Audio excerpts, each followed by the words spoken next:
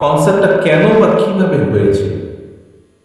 দেখুন, আহ, স্বৈরাচার, এই যে পলাতক যে স্বৈরাচার পালিয়ে যে গিয়েছে, আমরা গত 15 বছরে দেখলাম যে কিছু হলেই ওদের এই পার্শ্ববর্তী দেশ থেকে শিল্পী আসে, আমাদের শিল্পীদের কোনো খবর টবর নাই।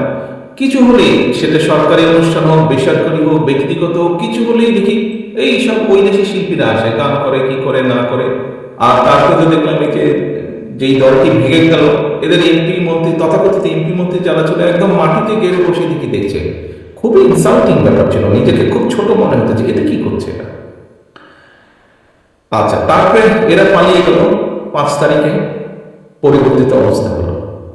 মানে 15 বছর দেখেছি শুধু ইন্ডিয়ান শিল্পী আসে, ইন্ডিয়ান শিল্পী আসছে, আশ্চর্য ব্যাপার। দেশি শিল্পীদের খবরই পাই না। আচ্ছা, এই 5 তারিখের পরিবর্তন হলো, 5 তারিখের পরিবর্তনের পরে হঠাৎ করে দেখলাম